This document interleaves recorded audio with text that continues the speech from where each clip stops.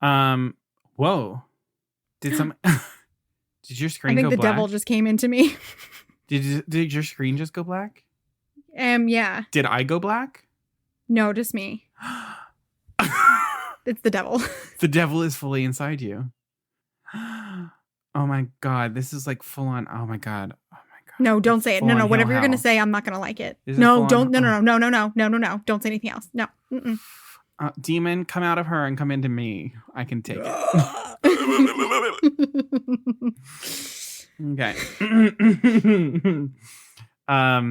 Caroline, what's so...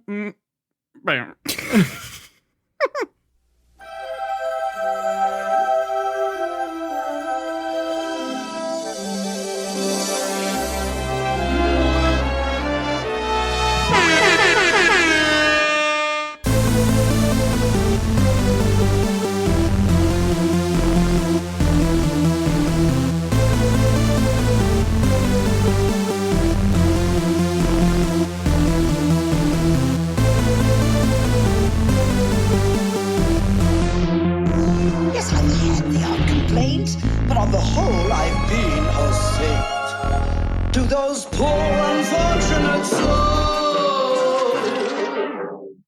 Welcome back, everybody. This is Poor Unfortunate Podcast. I'm Caroline A. Meddy. And I'm Connor Perkins. So we just returned from our annual trip to Sleepy Hollow this past weekend. Oh my God. So we got to see each other for the first time, like in a solid amount of time, like really be together, which was crazy. And where we weren't like moving out of an apartment. Yeah, we haven't really mentioned that on here. We've just been going through it. Yeah, well, I think that they know. I think we might have said that we moved out of the apartment. Did we? Yeah, okay. I don't know. If we didn't, we moved out of the apartment, people. And that was the last time. No, we're airing it all out here. Come on, we have no secrets. We have no secrets. We have no shame. We fully moved out of our apartment. It was sad. We saw each other like one time, and it was like not satisfying because it was just full of emotion. Yeah. But this past weekend, we finally saw each other like properly for the first time since March. Yeah, really. Oh gosh, that's tragic. Yeah, that was. But it was an amazing time. We went to Sleepy Hollow. It was a COVID-safe time, too. Yep. So just know that, like, if you do the research, there are things you can do to have fun. Yep. It was fully COVID-safe. Me, Aaron, and Caroline, we went to Sleepy Hollow, and we had bought our tickets for the Great Jack-O-Lantern Blaze, which was an entirely masked and social distanced outdoor event in the evening. The folks at the Blaze did such an amazing job. I truly felt safe. It was limited capacity. Like it was incredible. It was incredible. And then we also went to Lyndhurst Mansion. It was really a great time, and it was just too short. And I got to see Caroline's house for the first time, like her house. Like my mommy and daddy's house. Yeah, her mom and dad's house. I slept on an air mattress. Like, what a weekend. And welcome to any new listeners. We're so glad that you are joining us. It's always nice to add more people to our community that we have made. So we hope that you will stay and listen to some of the other episodes that we have and tune in for more. Yes. After our last episode, which was all about villains, which if you missed it, you should definitely go back and listen. It was a great time. Over in the Poor Unfortunate Fam on Facebook, which is, a group for all of our listeners. Anyone can join. We would love to have you there for people to talk about anything Disney related, to talk about the episodes. I mentioned in the last episode that Judge Frollo should not be in the Boo to You Disney parade because, as discussed in the episode, he thinks he's a righteous man. He does not see himself as a villain. And one of our fantastic fam members, our good friend Courtney Guth, who is also host of the Book of the Mouse Club podcast, yes, found footage of a short period of time when Frollo was indeed in the Boo to You parade, and my brain exploded. And she said that he was there for like the hottest of minutes, and then he was gone and has never been seen from again because it was probably just too damn freaky. Yeah. It is. And also the fact that he's not a face character, that he has this big, like, blown up head. Very, very strange. So new Disney news, things that are going on. The most recent thing is that just yesterday, the state of California unveiled the rules for theme parks to be opened, which people have a lot of opinions about, mostly because it requires that the area that they be around be in a yellow zone before that they're able to reopen, which means that there is a certain percentage of positivity in the area, which based on the cases, it's not anywhere close to that. And it has to be that way for a month, right? Before. Yeah, and then they're able to open at 25% capacity. Right. So there's a lot of frustration around the rules and things like that. And a lot of people are saying that Disneyland is not going to be opening before the end of the year as a result of those rules. Yeah, one account that I follow, I've mentioned it before, at Mornings with Mickey, is run by Nikki, who she's an actress and a Disneyland mom. She was sharing the news and she was like, honestly, the way things are going, I feel like it's going to be March when we get to go back to Disneyland. It's very sad. It's sad. At the same time, I know there are a lot of people who are very frustrated about it, and there's a lot of jobs that are involved in it. The other end of it is that cases continue to spread in California. Numbers continue to increase, and it's because people aren't following like the basic guidelines. And that the biggest thing that we can do right now to get Disneyland open is to just follow the damn rules. Wear masks and keep our distance. Yep. I think that's probably the biggest piece of like Disney news that has happened, apart from the Raya and the Last Dragon teaser drop today. Yes, which I'm like, this looks baller. This is going to be awesome. Yes. All right, let's get into the episode. This is a Showdown episode, which is where we take two similar things and we pit them against each other and we see which one comes out the winner and which one comes out as not the winner. So this topic was actually suggested by, again, Courtney. Courtney, MVP. Truly a Disney MVP. She suggested that we take a look at 2 Halloween Disney Channel original movies. So since we're getting close to Halloween when this episode is coming to you all, we figured let's embrace the spooky spirit even more than we already have been. Because I feel like the past couple episodes we've started like really getting into it because we're like, Halloween, we need something. We need something to like latch onto and make us feel joy. Yeah. With this one, we kind of came up with a couple different options of which movies we would pit against one another. And ultimately, we turned it over to you all on Instagram and in the Poor Unfortunate fam to vote for which 2 movies we would have duel. We are going to be pitting the 1998 classic Halloweentown against 2005's Twitches, chosen by you all. So, as we always say with the Showdown, if you haven't watched these 2 movies, there are spoilers ahead, and it will help you to have some sort of context of what the F we're talking about. So both of these movies are available on Disney Plus, and we highly recommend that you take this moment right now to go watch them. Pause the podcast, and we will be here when you get back. Welcome back. All right, so we're going to start with Halloweentown. Granted, you've just watched this, but I'm still going to give you some basic information and the plot synopsis. So Halloweentown premiered on October 17th, 1998. It was directed by Dwayne Dunham, and it was executive produced by Ron Mitchell, Sherry Singer, and Steve White. The story was done by Paul Birnbaum, and he was also one of the writers for the teleplay, along with John Cooksey and Allie Marie Matheson. In terms of budget, this is, I think, something really, really interesting that I found out.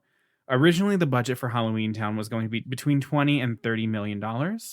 And then as the project had been started, that budget got cut down to $4 million.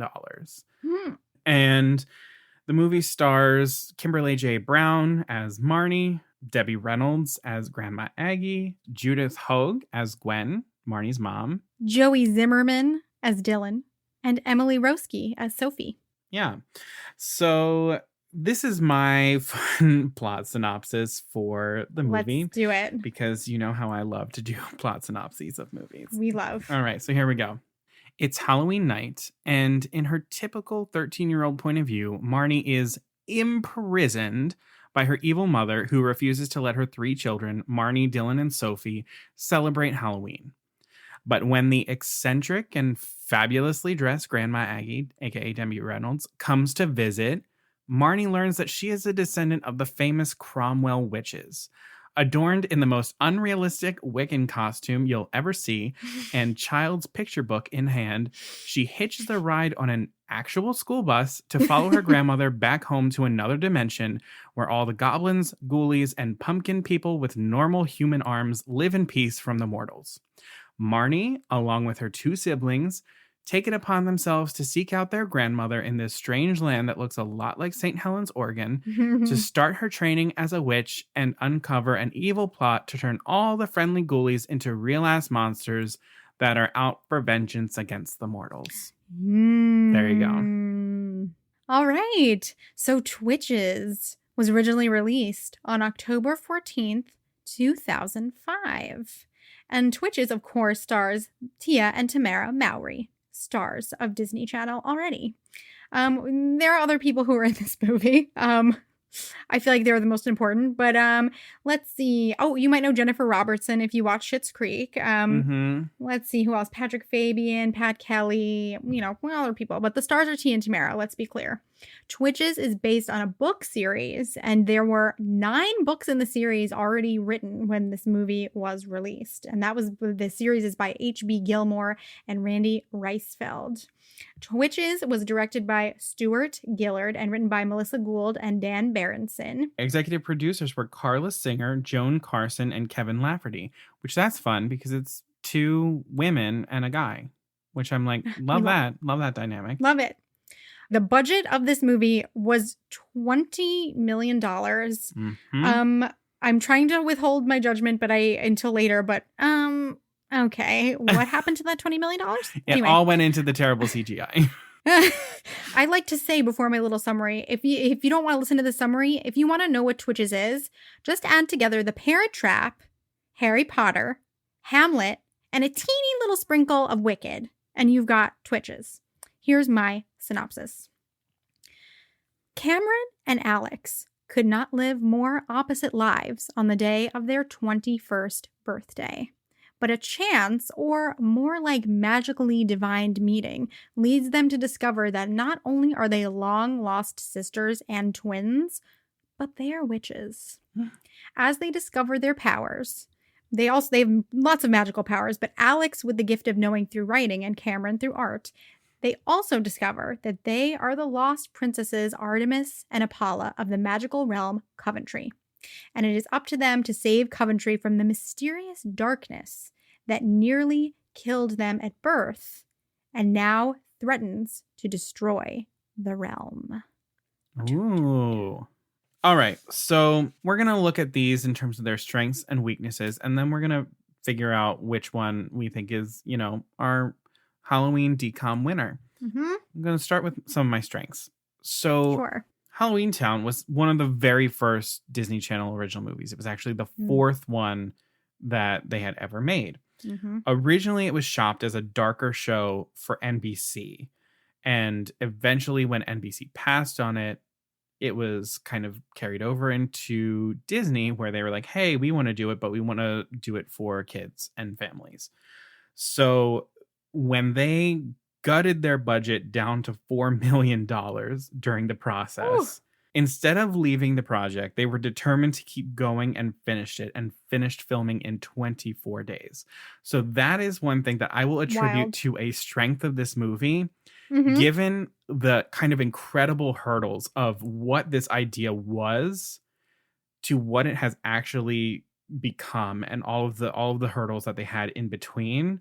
I think they actually do a really, really good job of just like, we're going to do this. We're going to make this happen. We're going to figure it out. We're going to reuse extras. We're going to scale back in certain places and get a product that is watchable. Because at the end of the day, Halloweentown is watchable. I think another huge strength of this movie is some of the acting. Yeah, that was one of my main ones. Debbie Reynolds and Judith Hoag are fantastic. I live for the scenes when the two of them are together. There's so much nuance and actual listening between the two of them, and they really ground this movie that can easily get lost in kids. I will also just say right now, Sophie is the shit.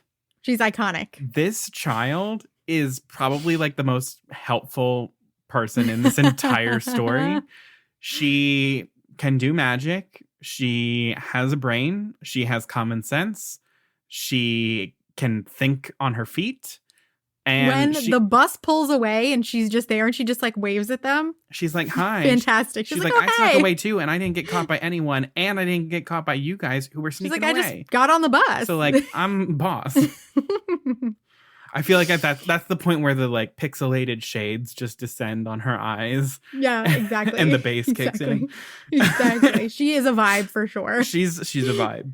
I think the script is also not half bad for a made-for-TV movie. It definitely has dated moments, but rewatching it, I was like, this isn't.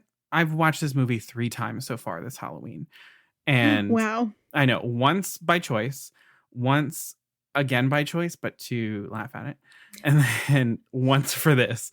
But the script is not terrible, especially when you watch Twitches and then Halloweentown back to back. But I think another strength is that due to the budgeting constraints of the film, they rely a lot more on practical effects for magic and the special effects of the movie, as opposed to like outright CGI.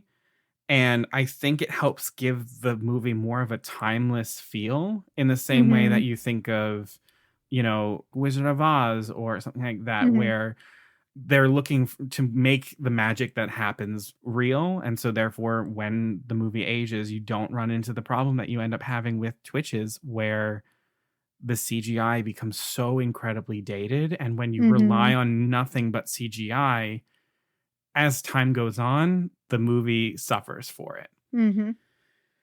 I think another great strength of the movie is that Halloween is very much part of the story, and it's the backdrop. So many times in movies, they're like, oh, it's a Halloween movie because it happens on Halloween, which is fair. Like, that's a Halloween movie for sure.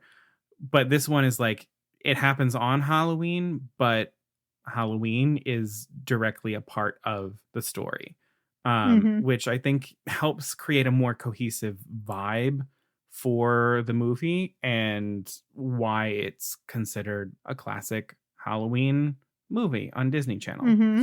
And the plot is interesting. It's a very solid concept. It was solid enough to be considered by NBC for a much more adult movie, and then eventually was versatile enough that it could be translated to kids and families. It's a coming of age story.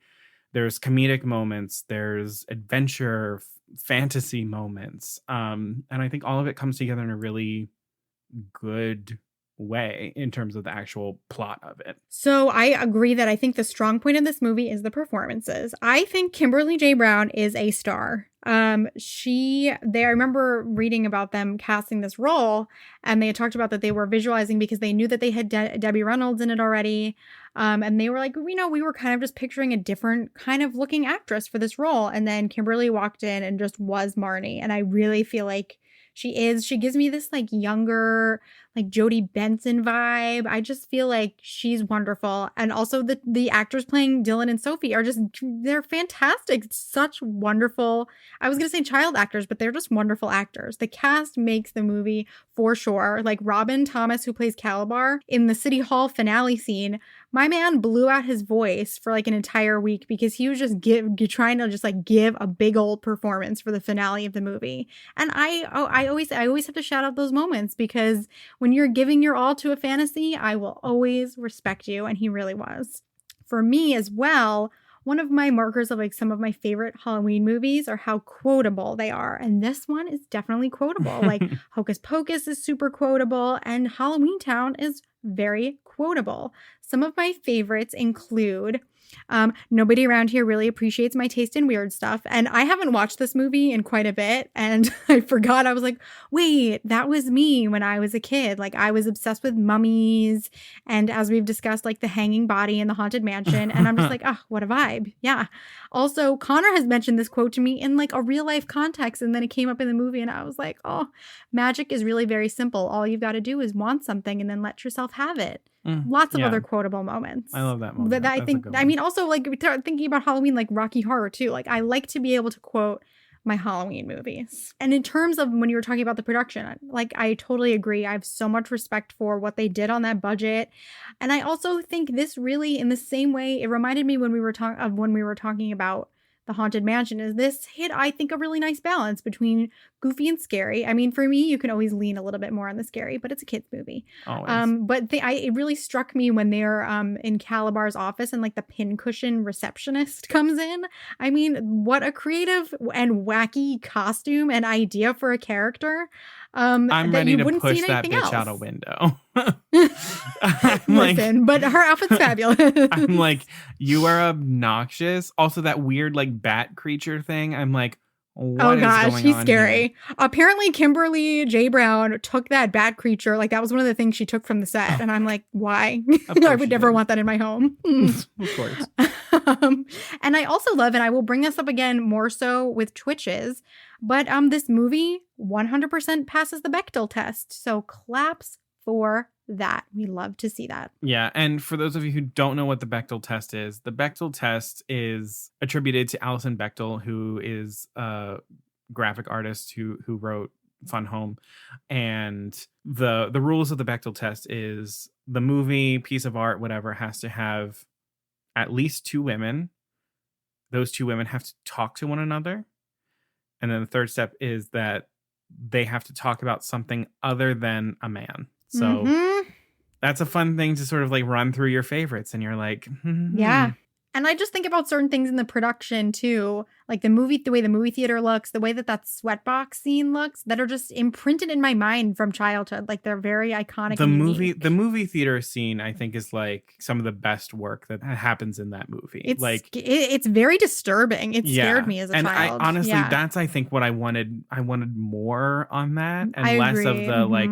Let's go into the hairdresser where we have. I was gonna say that was my least favorite part. Where we have the werewolf and the. It's okay. We were making a choice there with that performance, though, and I will always respect a choice. I mean, another place that they made the choice, and this is something I have in a strength, but it's probably a weakness, but it's both. I don't know if anyone else has noticed this, but during my second rewatch this season of this movie, when Grandma Aggie comes to Marnie's house and brings them all the costumes, and Marnie's the real Wiccan in that whatever costume that shit was, and then Sophie's like, I'm a ghost, and it's just a sheet, and then she gives that costume to Dylan. When they head into the kitchen, all of the kids go out, and Dylan is the last one to go, and he turns around. There is one hell of an ass on the costume that they gave him of that troll thing or whatever. Please go back, find that moment, and just look at the ass on this costume. I passed on when I fully appreciated this. Wow. I think it's a major strength of this movie that they were like, fuck it, let's put an ass on this child. So now I'm going to move on to some of my weaknesses about Halloweentown. The score is so cringy. It makes me want to die a little bit. Like it is it is just fully one dude like in his basement on a computer with like a MIDI board, just like going to town. And all right, fine. I mean, I'm such a big movie score person. Yeah. Like most of my iPod, when people still used iPods, was soundtracks and scores. And there's so much potential with this movie to have something truly epic. I will say the score is very memorable. I was gonna say you can't argue with that. It's an earworm. But not one that I care to have stick around. Okay. I think it could have been a little bit more epic. I think that's also my critique of the movie in general, is that I think that Halloweentown could have afforded to take itself a little bit more seriously. It feels more often than not that it's tongue-in-cheek, almost as if it's winking to the audience, but wanting to also be on the receiving end of that wink. Where it's like it's tossing a joke out to the audience while also wanting to be next to the audience member, like nudging them about the joke and laughing with them. At one point, the finale of the movie, when Marnie has to, bring the talisman somewhere to release Calabar's hold on Halloweentown, she, at one point, the story was that she had to return the talisman to the middle of the woods. And as she was walking through the woods, she would start aging and getting older and older. And they had already taken a mold of Kimberly Brown's face to do that effect. And then they changed their mind. I'm not entirely sure why. So then the finale changed to her having to return the talisman to the pumpkin. And now the pumpkin is great. It's iconic. I like the pumpkin. But that part struck me as being a little bit thrown together as the way to save the town. And when it's what you're talking about, I want a little bit more of an epic feel. So if Marnie has to get through an aging forest, that's just way more epic to me. And the end of the film felt very rushed. The end of the film is mostly dedicated to the kids finding the potion ingredients, which to me feels more of like a middle movie quest, like before the big final quest. And so it kind of took some of the air out of it for me, because the job was just to go to the hair cutter and cut the werewolf's hair, when I wanted things to just be, like you said, a little bit more epic than they were. Yeah, I think that also sort of comes down to at that moment when Grandma Aggie and Gwen become incapacitated by the mysterious creature that is in the movie theater, we lose that grounding that the story so desperately needs. And instead of letting the kids embrace some of that, which I do think that they would be capable actors enough to handle some of that, they just sort of lean into the silliness of the town in order to move us to the next thing.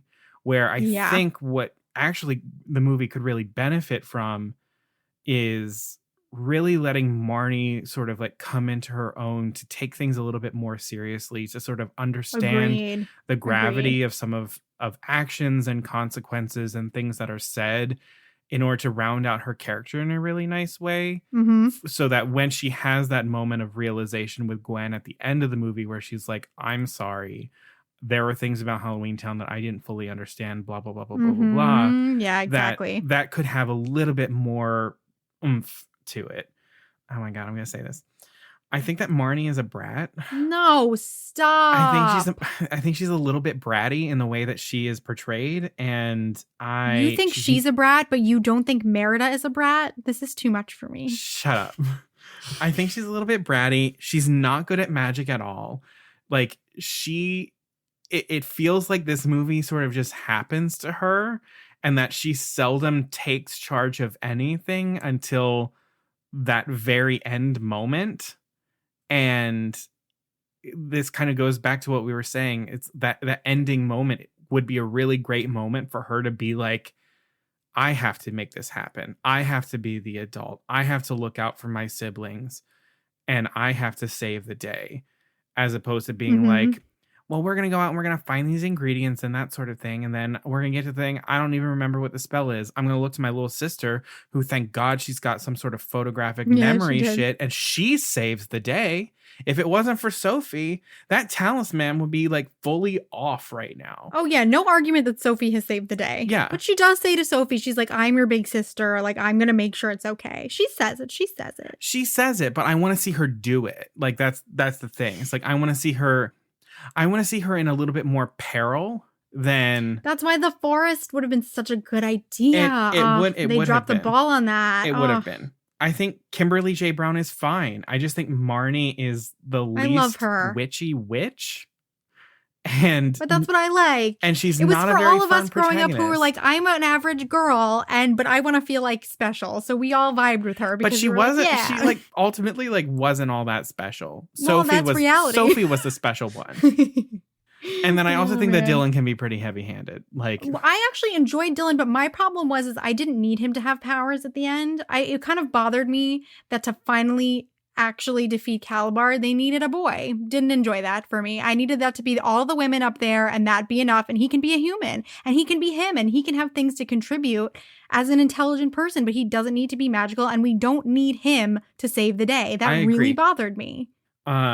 So I kind of want to move to the production design of things, and this also goes back to my like, I wish that they would take things a little bit more seriously. I think in terms of like the creature design, we're not actually embracing the worlds of these monsters. I wish it was, again, more grounded in something that's not like, look at this silly werewolf with an accent who's a 70s hairdresser. They could take the monsters a little bit more seriously.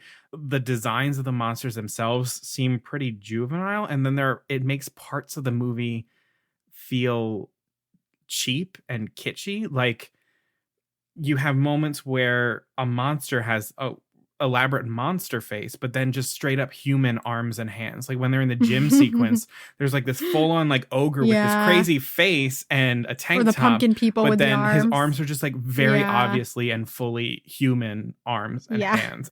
Another sort of thing that makes it feel like kitschy is, oh my God, when they go to the broom store and he pulls out those brooms that are literally straight up from the Dollar Tree, spray painted.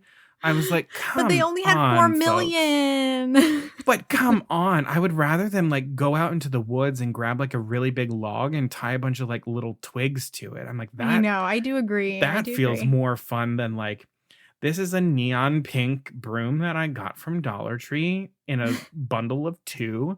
No, thank you. Oh, man. And then the props. Oh, my God. Some of the props are really, really great. Like, I think the talisman is really cool.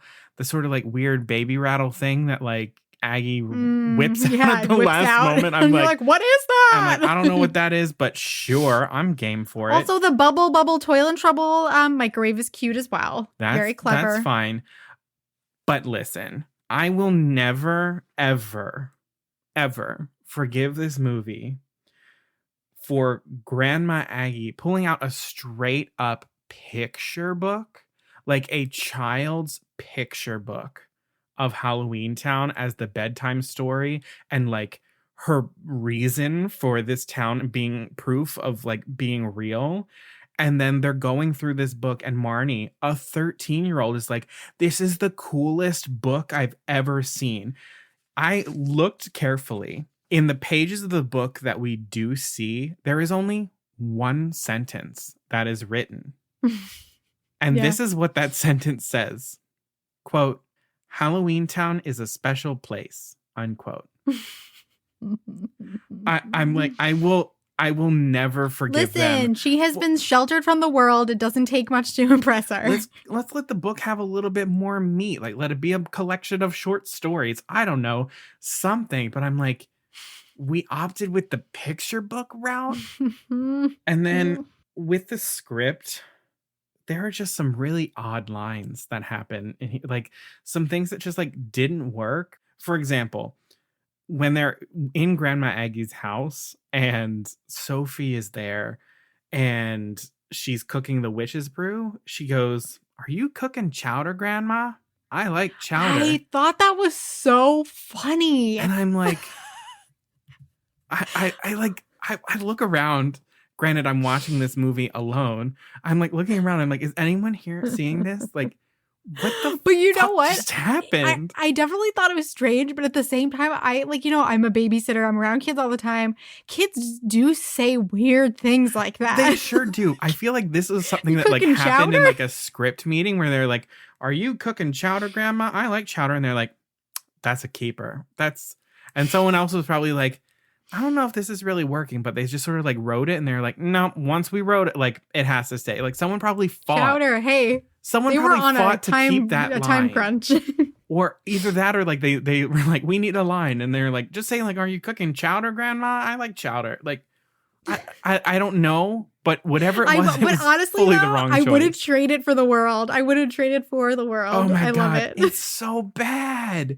But there's other lines with that too, of like Dylan, who's the brainiac at the end, who's like, maybe it was that Aurora Borealis thing that I'd been reading about. Like, I'm like, no, he's a smart kid. He would know what the Aurora Borealis is. Like, come on. Like, there's just all these sort of like inconsistencies in the lines. For as solid as this story could be, like with the potential of this plot, I think in the actual execution of the script, while for the most part it's good, there are just like too many moments where I'm like, we could have used another draft. Like, I know, we could and have like gone one more. I know this doesn't as much have to do with budget, but budget does affect everything. Sure. Once I found out how little this movie was made for, I saw it in a new light. I did. Was like, I mean, you know what? I fully did too. I fully did too. I was like, yeah, that's impressive.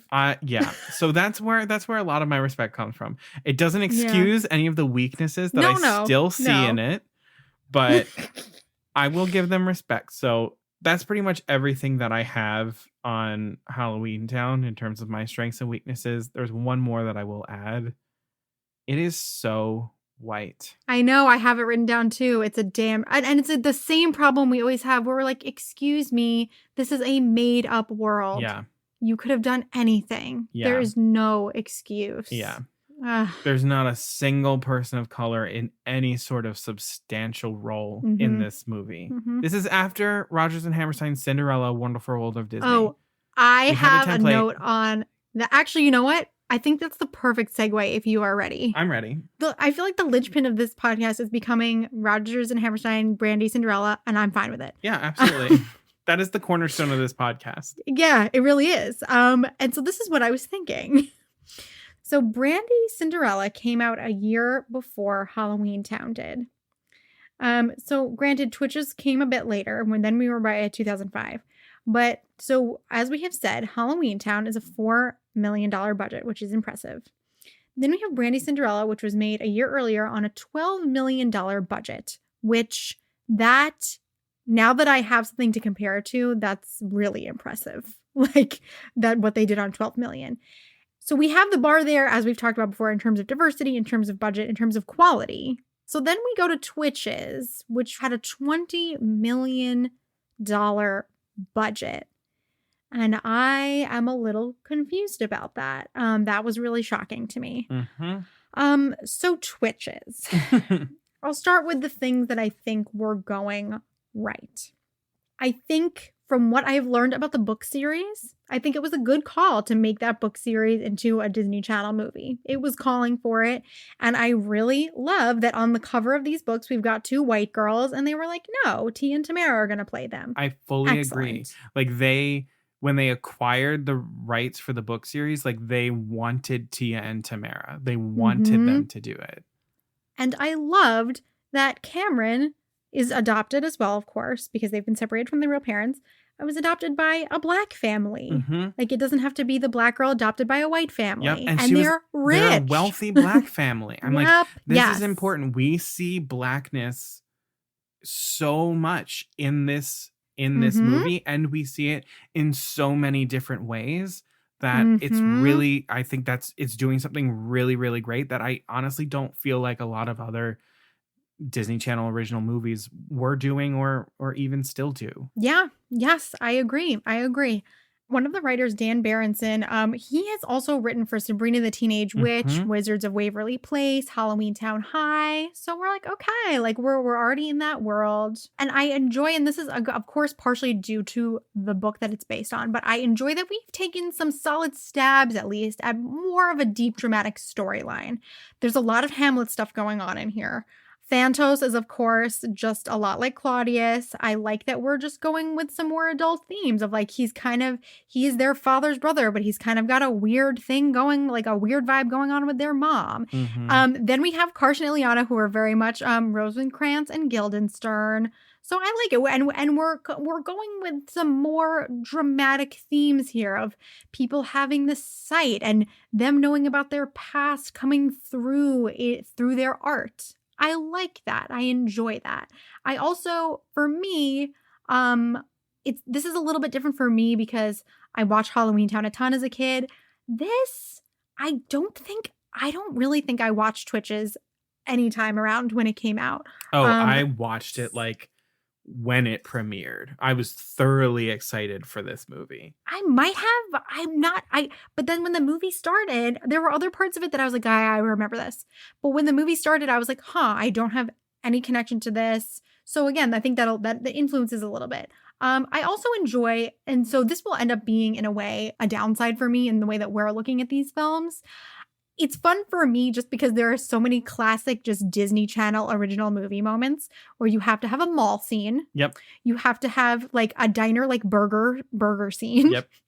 And you have to have a party scene. Yep. And we had all of those. We had all of them. So it was like, yeah, if you want pure early 2000s feels from the clothing to like the setting, you'll get it in this for sure. It's a classic Disney Channel original movie. And you know what? If that's what you're here for, I respect it.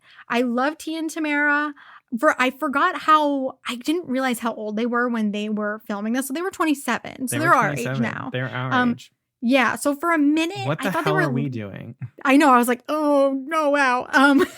But for a minute, I thought they were younger.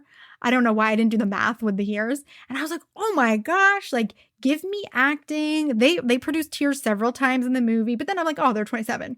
And I think my favorite part of the movie, number one, another thing I would like to say in terms of the great things that were happening with diversity, we already talked about it passes the Bechdel test, great diversity and seeing Blackness in many different parts of society. We also see real female bodies in this movie. Mm-hmm. Like the women just looked like real people that I know. And I've seen that unfortunately change in Disney Channel over time. And this movie was very real. And it meant a lot to me to see that. The high point of the movie for me is towards the finale when Cameron and Alex have to defeat Thanatos once and for all. And by doing that, they have to grab hands and they realize that the opposite of the darkness that they're trying to fight isn't light, it is love. Mm-hmm. That's an amazing lesson. And honestly, when they were holding hands and calling out the names of people that they love, I got choked up. Yeah. It was well acted. It's a great theme. It was well scripted and you could tell that they were getting emotional. And the line that's in the movie, love is infinite. You can always make more when you need it. I think the movie has a great lesson, and I think it comes to a pretty great conclusion. I feel like the last 3 minutes of the movie fall off quite a lot. They're a complete throwaway, but no, I think the climax of the movie, I have that written down in my notes. That is the strongest point of this whole movie.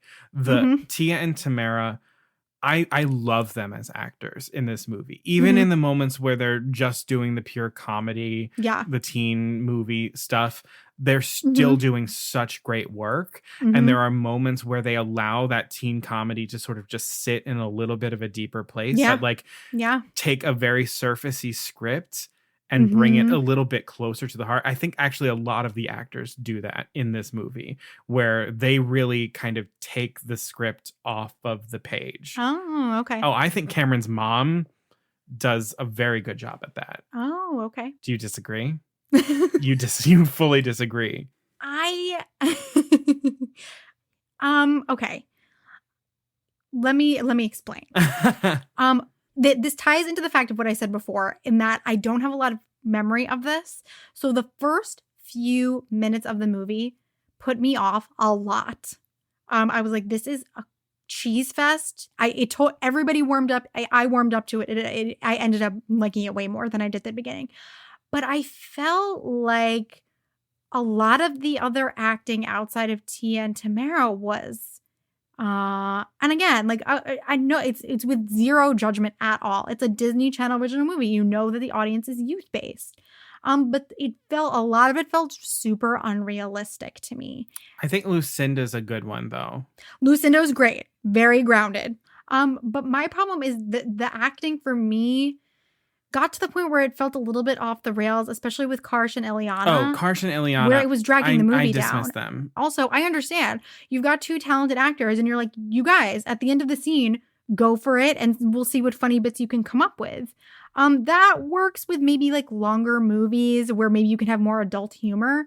But those moments where you leave with Karsh and Ileana to say something funny dragged the movie down over and over again. Yeah. And I don't know who let those takes stay in because it puts the actors in a bad light that they don't deserve. That's an editing problem. And I think it also comes from, I don't think that they knew how to write Karsh and Ileana in this story based off of where they were in the books. Mm-hmm. From what I gather about the books, I haven't read them, but it seems that they're much more hands-on caregivers rather than the adoptive families.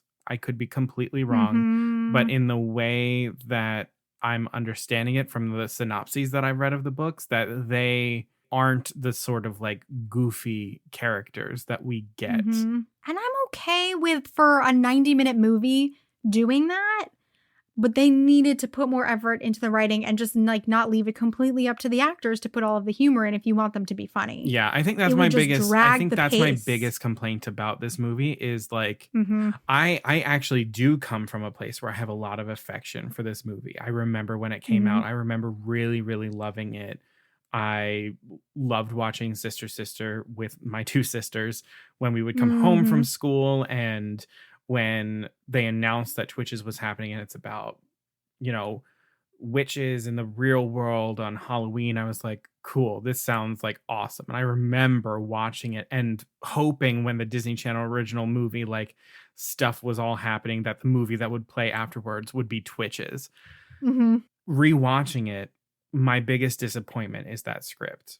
The story deserves so much more. And I think that the places that it actually really succeeds are in the fantasy moments when they're in Coventry or when they're like advancing that plot, where I'm like, we needed to spend more time either in Coventry or discussing the matters of Coventry in the outside world. I felt like we got too bogged down in the sort of like twin bondingness of Tia and Tamara in the beginning of like discovering each other's and like figuring out their powers and doing the montage-y sort of things.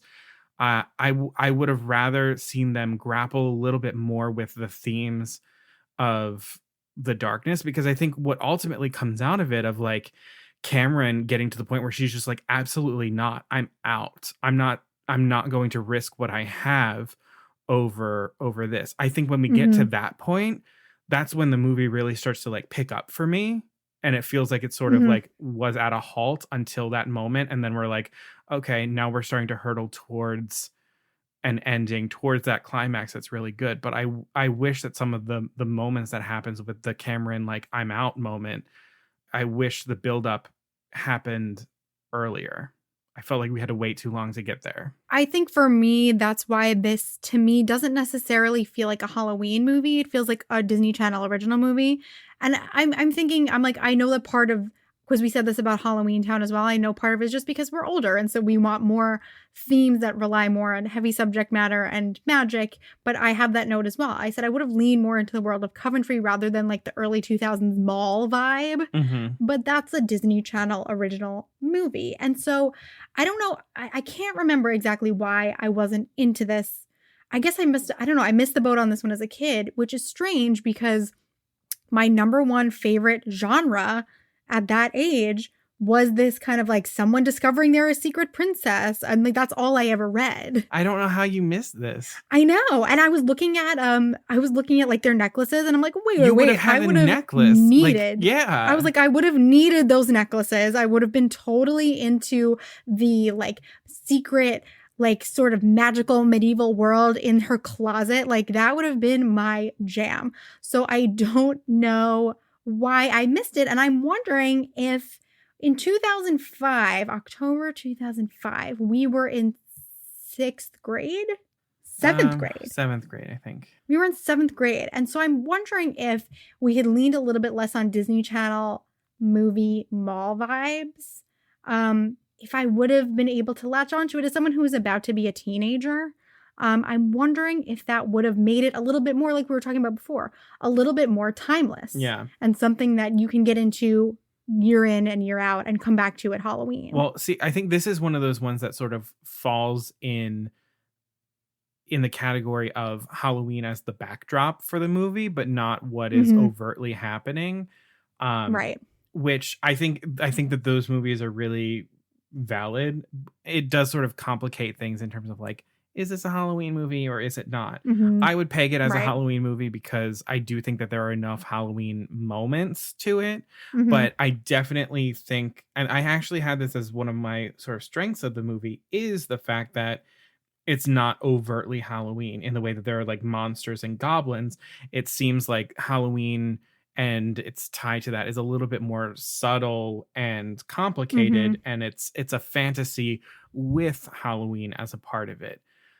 Yeah. I do think that the fantasy aspect of it, again, the part that we really respond to, they need to follow that a little bit more than the typical, preteen movie.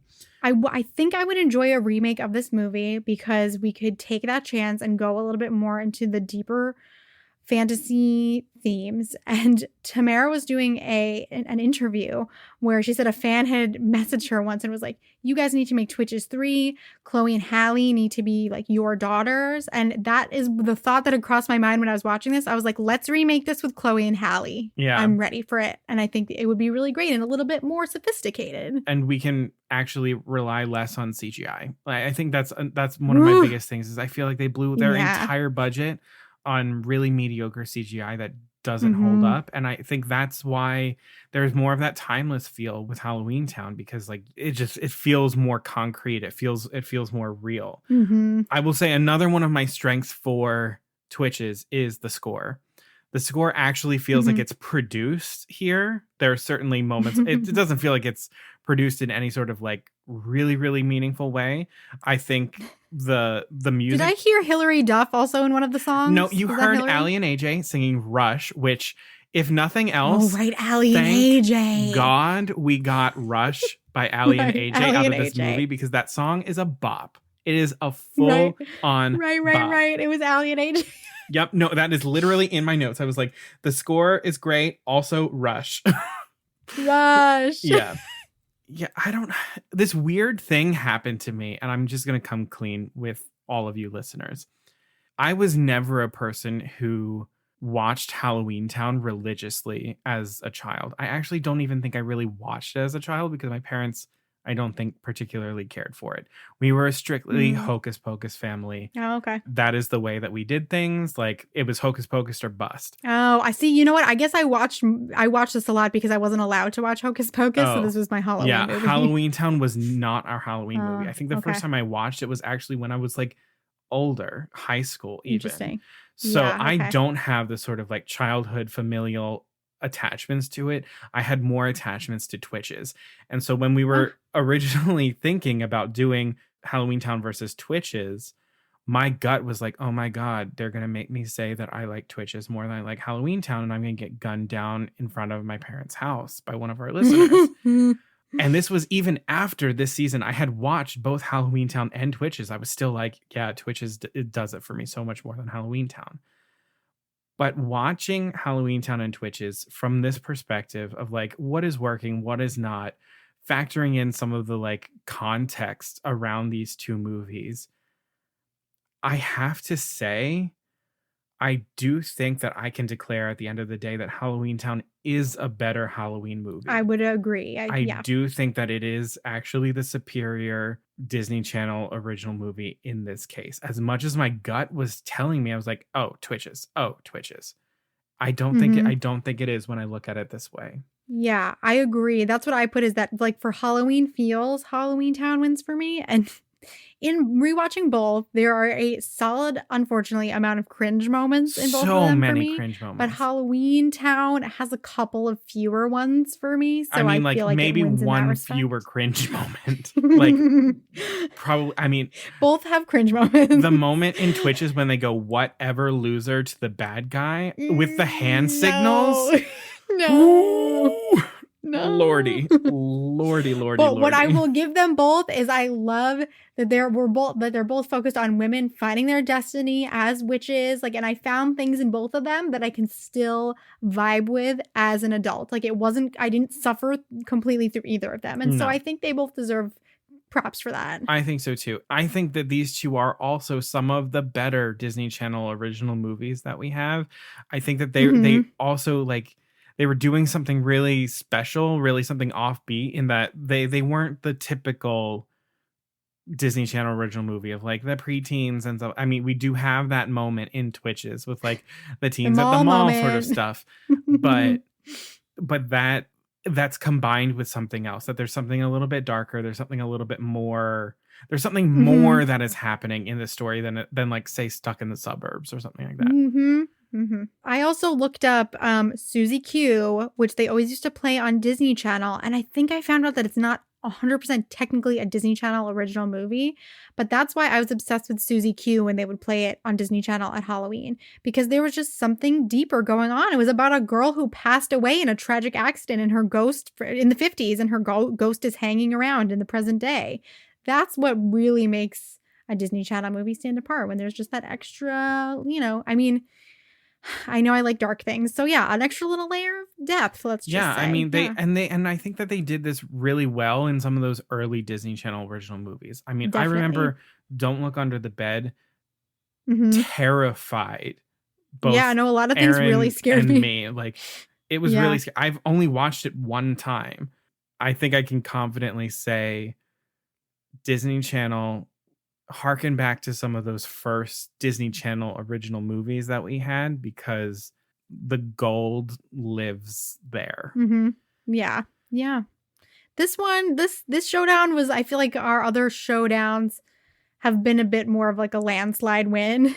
Yeah. And this one is like a little bit less so. This one was interesting for me. I didn't feel comfortable calling this one until literally when I did. Yeah, no, I definitely, going into it, I had written in my notes, I'm like, Halloweentown wins overall. But, then the more we've talked about Twitches just now, it really did drive home the things that I really enjoyed about it as well. Yeah. I fully have more weaknesses for Halloweentown than I do Twitches. But here I am saying that I think Halloweentown is the superior Halloween. I think what it comes down to is, I think what it comes down to is they serve different purposes in a way. Yeah. Where, like we said, I think Twitches is more indicative of the Disney Channel original movie genre, and then Halloweentown's more of just plain old, Halloween, drink some wine, watch, an old Halloween movie.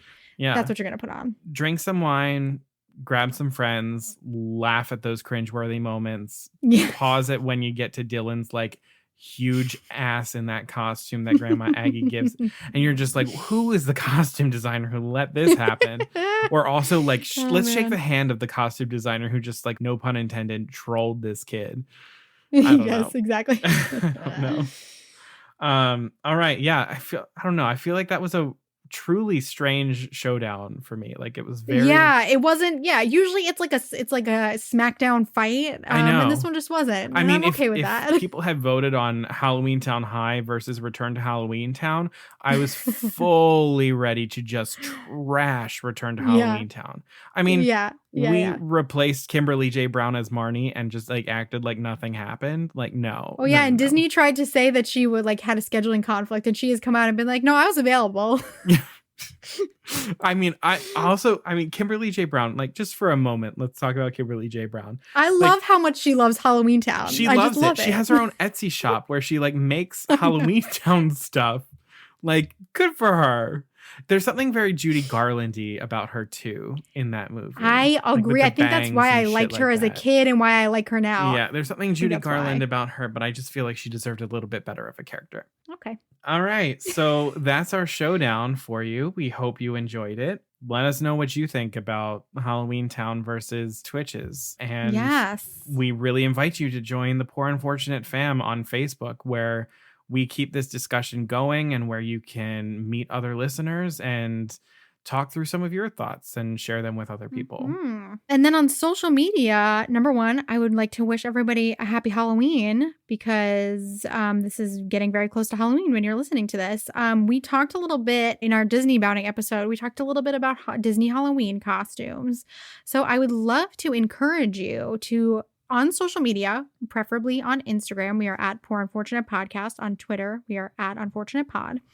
I would encourage you, if you would like, to either put in your story and tag us or DM us a picture of you in any of your Disney Halloween costumes. We love 90s, early 2000s throwbacks. So if you have any of those, please send those. Absolutely. But also, if you were a Disney character recently, we would love to see it and we will feature it on the page.